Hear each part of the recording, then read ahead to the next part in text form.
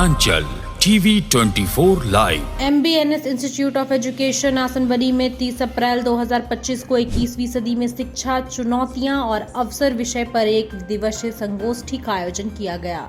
इस महत्वपूर्ण शैक्षणिक आयोजन में देश भर से शिक्षा विशेषज्ञ, कुलपति और प्राध्यापक शामिल हुए। संगोष्ठी की अध्यक्षता विवेक सिंह ने की, जबकि कार्यक्रम का संचालन संस्थान की निदेशिका अनुपा सिंह द्वारा किया गया।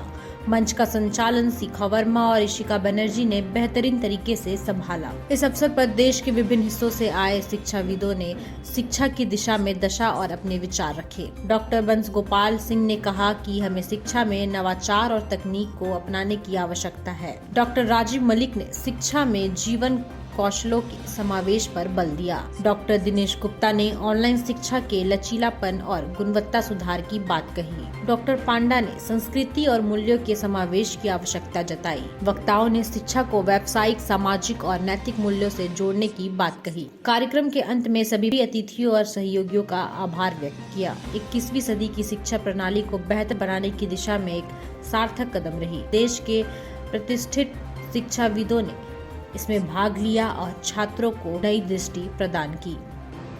दीर्घ उत्तरी, लघु उत्तरी सारे क्वेश्चन पूछे जाएं, लेकिन जो पूछने वाला है वह यदि ऐसा क्वेश्चन सेट कर रहा है कि पांच लाइन का पढ़ाया और 5 लाइन वाला प्रश्न दे दिया, 5 पेज वाला पूछा, 5 पेज वाला उसने पढ़ाया है, होना तो यह चाहिए कहीं लाभ कमाना हुआ। तो जब लाभ कमाना हुआ तो ऐसी स्थिति में जो एजुकेशन इम्पार्ट करने का जो टोन है, जो मोड है, जो एम्फेसिस है, सारा कुछ बदल जाता है। इसको कैसे आप चेंज करेंगे? इसको बिना चेंज किए आप जो रियल जो ऑब्जेक्टिव आपका है उसको आप गेन नहीं कर सकते। ऐसा दूसरे प्रांतों में है, वैसी जिज्ञासा यहाँ में है। वो सीखना चाहते हैं, जानना चाहते हैं और नई टेक्नोलॉजी में क्या चेंजेस हैं इसके प्रति भी सजग है। तो इसमें कोई मुझको परिवर्तन दिखाई नहीं दिया। पूरे भारत में हर प्रांत में एक है। सर, एजुकेशन में बहुत बदलाव आ रहा है।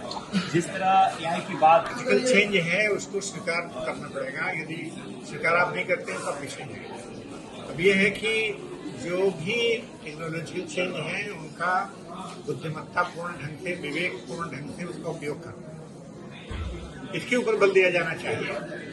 उससे नुकसान होगा, इसलिए प्रयोग जैसे AI का है तो उसकी तरफ आगे न बढ़ें, यह बहुत अच्छा निर्णय नहीं होगा, ये खराब निर्णय है। तो सजग होकर के उसका उपयोग, यही एक समाधान।